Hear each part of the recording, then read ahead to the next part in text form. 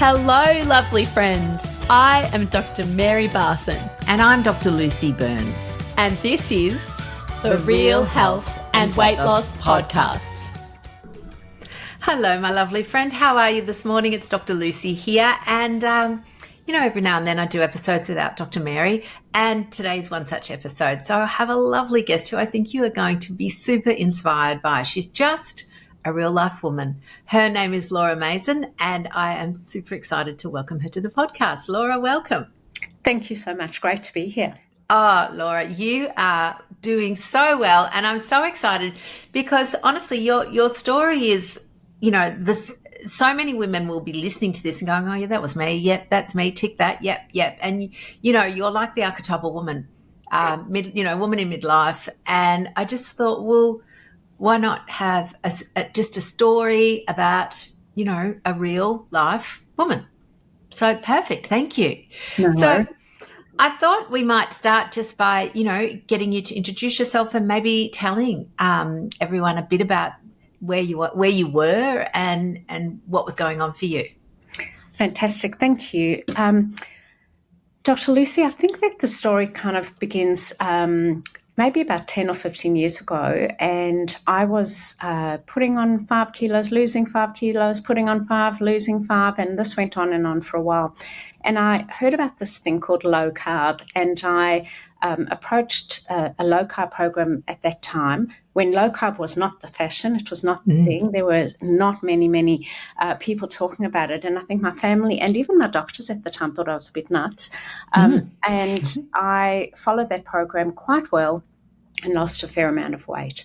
And then many years have passed since then. And of course, menopause has kind of come and gone. Well, it hasn't come. And it's come and stayed. It stayed. And I felt every year just the sort of 5 kilos were creeping back on again. And then I'd count calories and try and lose them that way. And I don't think I ever really stopped to learn and to understand that things had changed in my body and I couldn't just do the things that I used to do.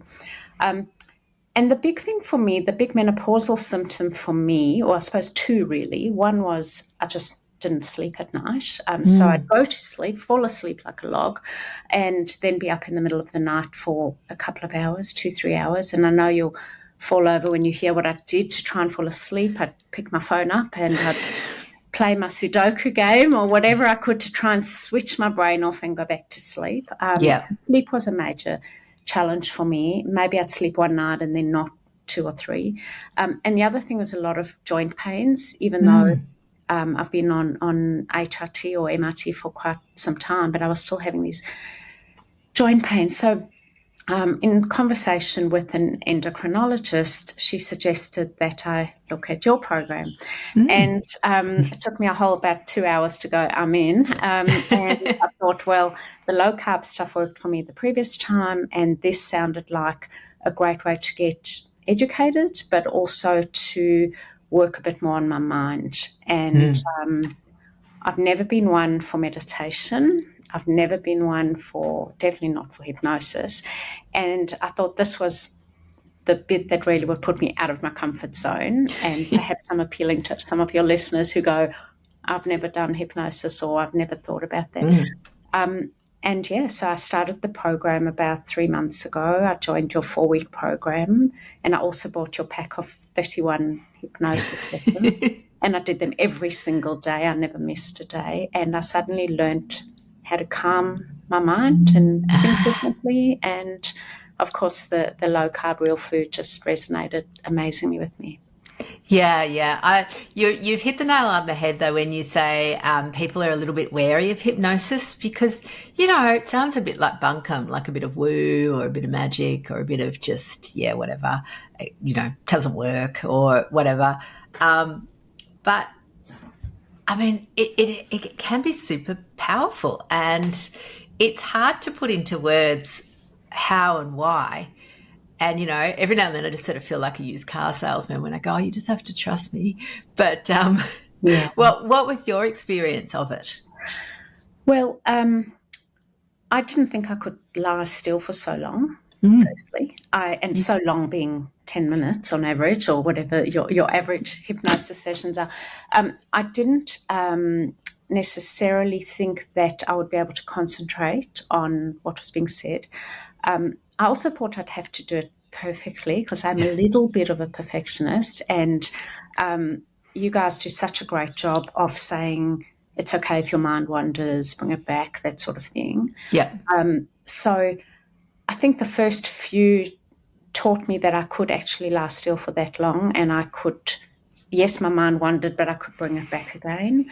But I think the connection for me to how much better I'm sleeping is that if I do wake in the night, which I'm seldom waking during the night, if I do wake during the night, I often do the 3 big deep breaths, and I tell my toes and my knees and everything to relax, and I relax my body, and I definitely do not recall finishing the entire telling my body what to do because I'm asleep again. So I think I've managed to apply it in helping me get back to sleep. Oh, I love that. I love that. And you're right. I mean, our brain it's a funny thing, but it starts, it makes associations, it makes patterns, and it sounds like your brain, when it would wake up, would just go, oh, well, obviously it's Sudoku time, so why aren't we doing that? And now it's gone, oh, okay, it's relaxation time, so let's do that. It's interesting because one's self-talk is so powerful. As soon as I started to do the meditations, and I slept one night, then I slept the next night. So I actually started writing down because I couldn't believe I slept 3 nights in a row, then 4 nights, and at 7 I celebrated with my family. I just slept 7 nights in a row. And I realized that my self-talk was, I'm actually good at getting back to sleep. I can go back to sleep. So the whole, I can't go back to sleep, I'm just going to look at my phone, turned into, I'm actually quite good at this. Yeah. And now I've stopped counting. I've totally blown my records. And I honestly, if you would have told me this was possible, I would have said only if I took medication or only if you drugged me would I sleep. Yeah. Oh, that's so amazing. And again, you just elucidated this thing that we will perpetuate unwittingly sometimes, but things like when we say, oh, I'm a terrible sleeper, if you say that, well, you are. Yeah. Like you are what you say you are. Exactly. So, yeah, if I'm a terrible sleeper, or I'm, for a lot of people, I'm a sweet tooth, I'm a binge eater, I'm a chocoholic. If you say that, you are. Exactly. And it doesn't take many goes in a row to change that belief and develop then that self-trust with yourself and be able to say, I'm now a good sleeper. Exactly. I recommended to a colleague of mine to consider the program that you run, and she and her partner signed up, and within about 2 days I had this message, oh my God, I slept the whole night. It gives me such pleasure because it's possible. We can sleep anything. Yeah, amazing. I love that. Yeah. And I think what's super interesting is, again, you've described that you were already on MHT and still had the symptoms of joint pains and waking up overnight, which a lot of people would say, oh, well, maybe you need more MHT or something like that. But those symptoms have gone for you now. They have. And look, I'm not ready to give up my MHT no. soon, and I know you're not suggesting that.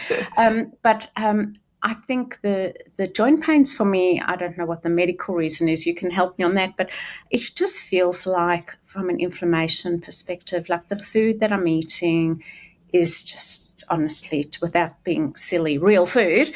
Yes. And I feel like there's nothing that I'm ingesting that's going to inflame anything in my body. And so things have just all settled down. I find eating real food simple, easy. I have borrowed some of your sayings, like that just doesn't agree with me, or I've picked up some of the things you say when my children say, really, are you not going to have any of that? It just doesn't agree with me. And so I do feel I am quite strict, or quite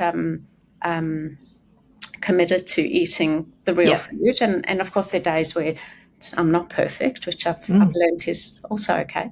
Yep. But I think the hormonal symptoms have improved a lot, partly probably because I'm sleeping the whole night as well. And that's self-fulfilling. But certainly the foods that I'm eating just don't cause any issues. I've also had various stomach conditions. I'd say besides an irritable bowel, I've had a diverticulitis episode and all of that, and my stomach's never been less bloated in its life.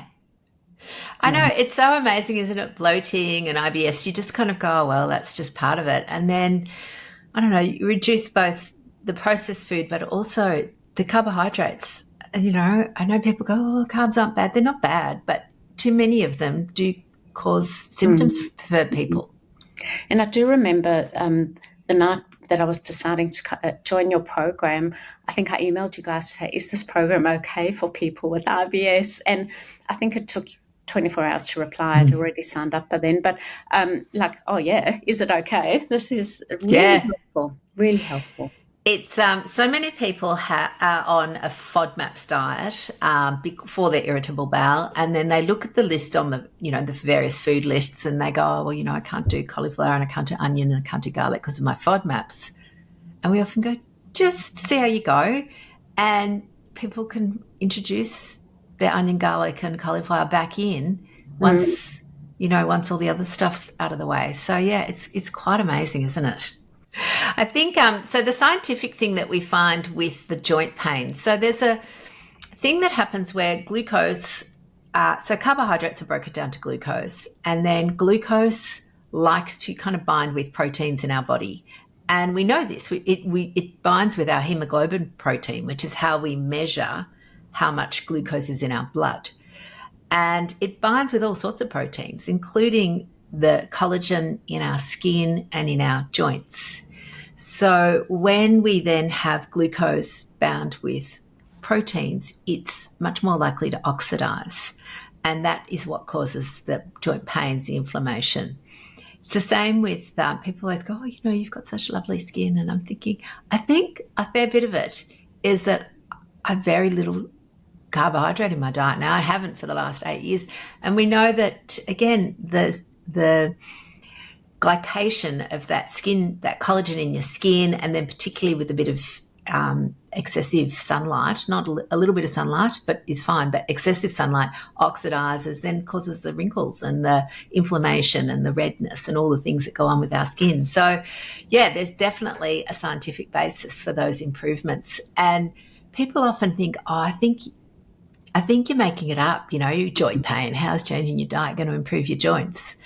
But it does. Mm-hmm. Most certainly, I'm a living example of that. Oh, that's wonderful. That's wonderful. So one of the things that I'm interested in then is you've done low carb before and had good results.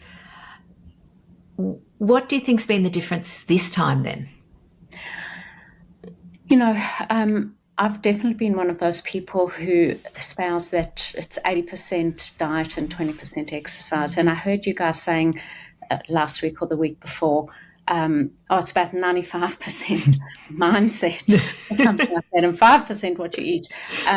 And I really think what's changed this time around for me is I'm not just doing low carb and real food. I think I'm doing low carb, real food, and working on my mindset around not just the eating, but my mindset around calming and relaxing my body, allowing my body some time to restore, allowing my mind some time to restore. And I do feel like I'm a bit of an advocate for the hypnosis, or maybe too much of an advocate, but I really feel that has just broken something down for me. I don't know if breaking down is the right word, but it's given me an opportunity to totally relax every single part of my body, which ashamed I am to say I have never ever done. Every now and then I do a yoga class that's just more of a stretch yoga class, and initially I used to find that quite stressful, but I know that's good for recovery. But I have never taken time each day to just give myself 10 minutes to relax everything. Yeah. And clear my head. And I just think that's 10 minutes is worth gold. It's just been so dramatically different for me. The other thing I think that's different here is the education that you provide. I think I'm reasonably well educated on insulin resistance and on I understood absolutely what proteins and carbs and fats were and all those lovely things. But I've learned so much. I've gobbled up all your podcasts, and I have consumed all the content that you shared, and I just have really educated myself to understand what's going on in my body and to perhaps be a little kinder to myself, because I can't just do the calories in, calories out, and there's a reason for it. Yeah. So I think the education has been incredible for me, and those who are on any of your programs who don't put in an effort to listen to and watch and consume the content, I think are missing out. Yeah. And then the hypnosis and the relaxation, I think, are the major differences, because the low carb is low carb is low carb. Yeah. I kind of know how to do that. Yes. But these have all been incredibly valuable to me. Well, I think what you've just described then is really you're managing your cortisol levels. So, I often talk about the metabolic triad of menopause, and we know that as our estrogen declines, and that's whether you replace it or not with MHT, it's still declined from when you were, 20. We know that estrogen declines, we know that insulin goes up, and we know that cortisol goes up. And a lot of people will go, oh, okay, I know about the insulin and it makes sense. And we talk about the woodshed and that's fat storing and all of this sort of stuff.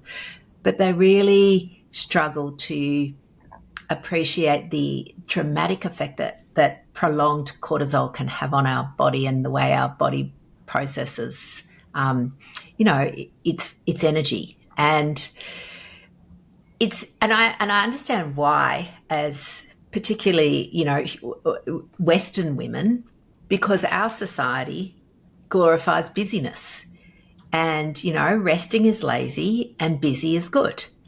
And whereas some more Eastern philosophies promote rest, they do, Tai Chi and yoga, they're not traditional Western entities. Whereas, so giving yourself permission and learning the skill to rest is the key. I think you hit the nail on the head. For me, as a busy business owner, worker, mother, daughter, Yes. all the things that we have on, I kind of thought that, insulin, to your point, I can understand that. I think I know what to do about that. Yep, my estrogen. But I kind of just went, that my stress or cortisol levels, there's nothing I can do about them. Yeah. I think I was of the belief there was nothing I could do about my cortisol levels. And I knew if things were more hectic, I suppose it was a combination of a bit more stress and less sleep. Yeah. And I just went, I can't control those two things. Yeah. Bad luck. So I think I have learned how to control those, and encourage anybody else listening that they're really controllable. When you think they can't be, they are. And I've learned how to control those. I think it's a life skill. I think I'm good. I'm set. Yeah, I love that. There'll be blips, and I'm sure there'll be times when, I lose the plot a bit with it all. But at the moment, it's a great skill to have. Yeah, absolutely. And you are completely right. So many people think the only way they can manage their stress is to run away to a deserted island. Like, that's the only option. There's no other options but to go on a holiday forever. And it's like, well, most of us don't have deserted islands that we can just nick off to. And the way you can't always change what's going on around you. All you can change is your reaction to that. And recognizing that sometimes we also just are in a storm and we have to wait it out a little bit, but it will pass. Mm-hmm. So I have enjoyed learning those skills, and have, I think, a way of living now that's quite different to anything I ever imagined. If you would have told me 6 months ago I'd be lying still for 10 minutes each day. Amazing. Yeah. And what I love too is that you don't have to go and meditate on a rock for 3 hours to get this benefit. Like, you're describing 10 minutes a day. Yeah. And being able to apply that at other times of the day, if, every now and then I just go, okay, take a couple of deep breaths, reset. So it's not just those 10 minutes, but I think it's a skill that one can apply. at Yes, different yeah. times of the day. Yeah, we call them little mindful snacks. Mm. So, as you know, at Real Life Medicine, we don't recommend snacking in general, except for exercise snacks, where you do like maybe, 10 squats or, 10 foot raises, or some little mindful moments, and just taking those little micro moments to do something useful that will then add up over the day. Yeah. And so what about your family? Have they noticed a difference in the way that you are? I think absolutely yes. So besides my famous 5 kilos are off and they're not coming back on. So besides the fact that I've lost weight and I'm feeling much better in that regard. I don't know if they've noticed I'm more calm or I'm more, because I'm generally am a calmish person. But I think they're just celebrating with me that I sleep every night. That's probably Yeah. the biggest thing that, and most younger people can't really relate to why you wouldn't sleep at night. And I hope they never do experience it. But if for those of us at this age or this stage, sleep is really important. And I've managed to sleep for 3 months now. Yeah. So yes, I think my family are certainly noticing that I have more energy as a result. Yes, I love that.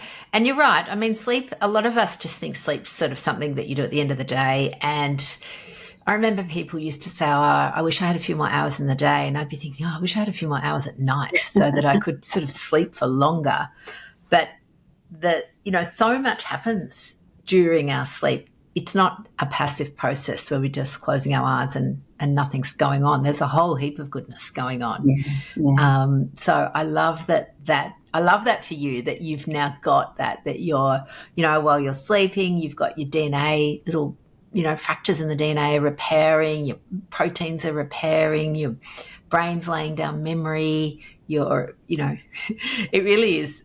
And I'm sure some of you lovelies might remember, but I often refer to my bed now as my rejuvenation palace, because, lots of us, and this is one of my things I have to often come back to, is just reminding my brain that sitting on the couch watching Netflix till all hours of the morning is not that pleasant. It every now and then thinks it is, and it goes, yeah, let's do this, let's stay here. And I'm going, no. And then I have to go, no, we're off to the rejuvenation palace. It is that way. And I'm grateful I've always had pretty good bedtime routines. You might say that the Sudoku wasn't one of them, but and I fall asleep really easily, which I know some people are not as fortunate to do. So now that I can fall asleep easily and stay asleep, it's like an absolute jackpot for me. Yeah, that's so great. I love that. Laura. So what would you say to anybody then who's sort of, because, I know that there are people who are thinking, I need to do something, I'm sick of myself, but it all feels still a bit hard for them. What do you think is the first step they should take? I actually think educating oneself could be a really great first step. I think knowledge is such power, and most of us prefer to know what's going on with our bodies than not know. I don't know. Maybe some people are happy to live in darkness. But so I think the first step is, I know you've got some ebooks and of course all the podcasts, 200 plus podcasts. So just listen to a few. I guess they are listening if they're listening to this. But, go and educate yourself a bit through the program. I think there's quite a huge amount of support offered that I've not seen before in through your program. The various emails and the keeping in touch and the doctor in your pocket and, all the things that are available that gives you access to yourself and Dr. Mary, that I think is incredible, because otherwise we have to make an appointment with the doctor. So I just think there's opportunities to ask your questions and to educate yourself and learn. I also think, and my observation with others is getting a list of foods that you should have and you shouldn't have, and some that you shouldn't have too often, is just, and I know they've got different colours. For me, it's just clear, simple, Yeah. It's not saying measure 12 grams of this and 33 grams of that, and it's not complicated. So, give it a shot. Give it a shot. Learn and listen and educate yourselves. And I think following the food directions that you give, or the food lists, I should say, makes life quite easy. It's very, very given to us on a platter. So, and don't be afraid. Like, so what? So you stuff up one day and then you try it the next day, or the next. So I think there's a degree of skepticism about any program, and there's so many programs available. I think that's no doubt. You'd know of some of the others more than I do, but I think this is the most supportive environment and caring, and there's no stupid question. I think I've asked some stupid questions. And Dr. Mary gives a beautiful, calm answer. Then I feel like she's thinking, that was a silly question.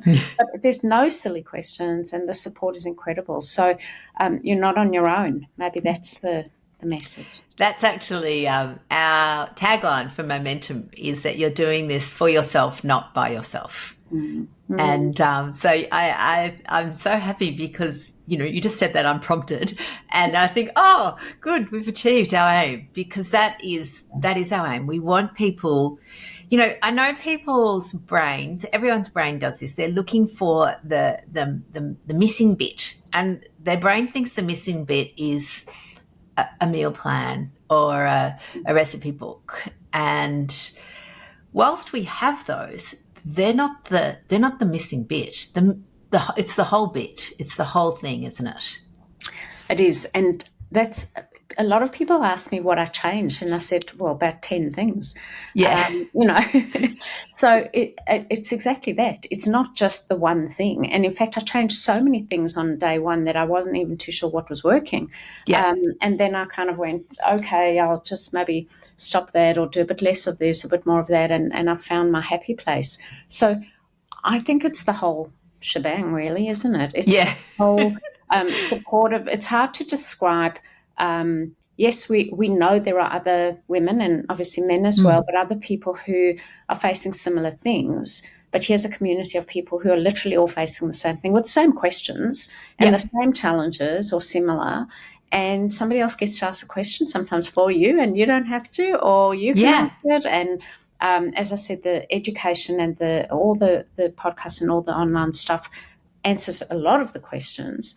So you don't feel like you're on your own. And it's actually nice to know other people are going down the same path as you are at the same time. And all with the same goal of becoming a hottie, which is our favourite thing, that healthy on the inside. Because, again, weight loss is in there, but it's not the whole focus. And I think that any program that focuses on people's external appearance and your validation is all based on that, I mean, that's the whole diet culture issue. And, we really try and move away from that and just go, it's about this healthy on the inside, and then you'll be glowing on the outside. Amazing. And I do feel that mindset is not one that most people think of immediately, or that thought is not. A lot of people approach it, perhaps the menopausal symptoms are getting them down, but that they want to lose weight. And then you realise there's actually so much more that can be achieved. Absolutely. I love this. Well, Laura, you are one hottie. I love it. Thank you so much for sharing your story with our audience today. I'm sure we'll be inspired by you and know that change is possible, and you're doing it. Thank you very much. Change and sleep are possible. Absolutely. Here's to another good night's sleep. Thank you. All right, lovely ones. That's it from me this week. And I'm sure Dr. Mary and I will be back next week with another episode of the Real Health and Weight Loss podcast. The information shared on the Real Health and Weight Loss podcast, including show notes and links, provides general information only. It is not a substitute, nor is it intended to provide individualised medical advice, diagnosis, or treatment, nor can it be construed as such. Please consult your doctor for any medical concerns.